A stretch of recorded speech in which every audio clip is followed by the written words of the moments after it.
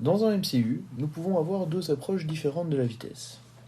Nous pouvons soit étudier la vitesse linéaire, qui se concentre sur l'arc de cercle S ouvert et le temps nécessaire pour l'ouvrir.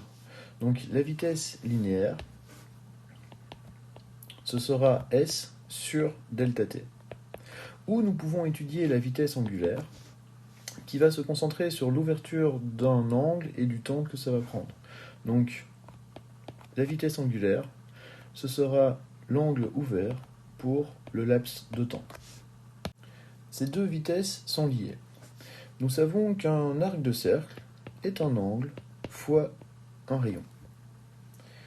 Alors, nous savons également que l'angle ouvert,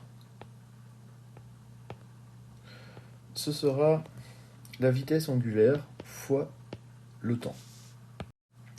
Dans un MCU, nous pouvons avoir deux approches différentes de la vitesse.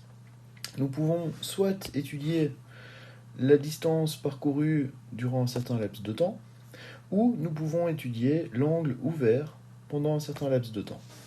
Si nous étudions le premier cas, nous parlons en termes de vitesse linéaire. La vitesse linéaire est la distance parcourue au cours du temps, donc ici l'arc de cercle au cours du temps. Dans le second cas, nous parlons de vitesse angulaire, donc l'angle ouvert sur le temps nécessaire à cette ouverture. Ces deux vitesses sont liées. Un arc de cercle, S, c'est égal à l'angle fois le rayon. Et nous savons également que l'angle correspond à la vitesse angulaire fois le temps. Si nous combinons ces deux expressions, nous trouvons que l'arc de cercle est égal à la vitesse angulaire fois le temps multiplié par le rayon. Notre vitesse linéaire étant l'arc de cercle sur le temps, l'expression devient vitesse linéaire est égale à vitesse angulaire fois le temps multiplié par le rayon, le tout divisé par le temps. Les deux laps de temps étudiés étant identiques, ils se simplifient et nous trouvons que la vitesse linéaire est égale à la vitesse angulaire fois le rayon.